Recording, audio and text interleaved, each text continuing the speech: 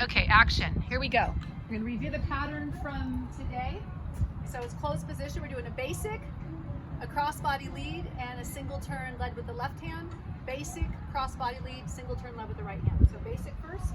5, 6, 7. Basic. 1, 2, 3, 5, 6, 7. Stay in closed position. Crossbody lead.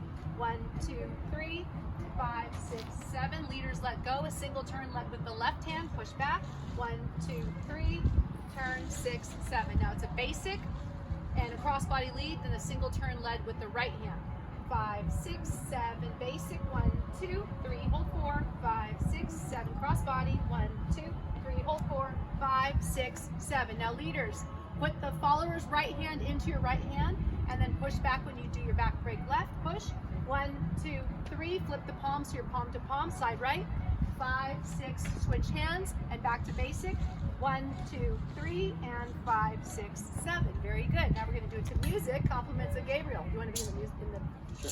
Oh, yay! We have music. Is that the tempo you want? Yeah.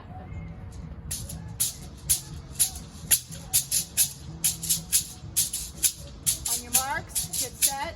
5, 6, 7, and basic step. 5, 6, 7, and cross body lead.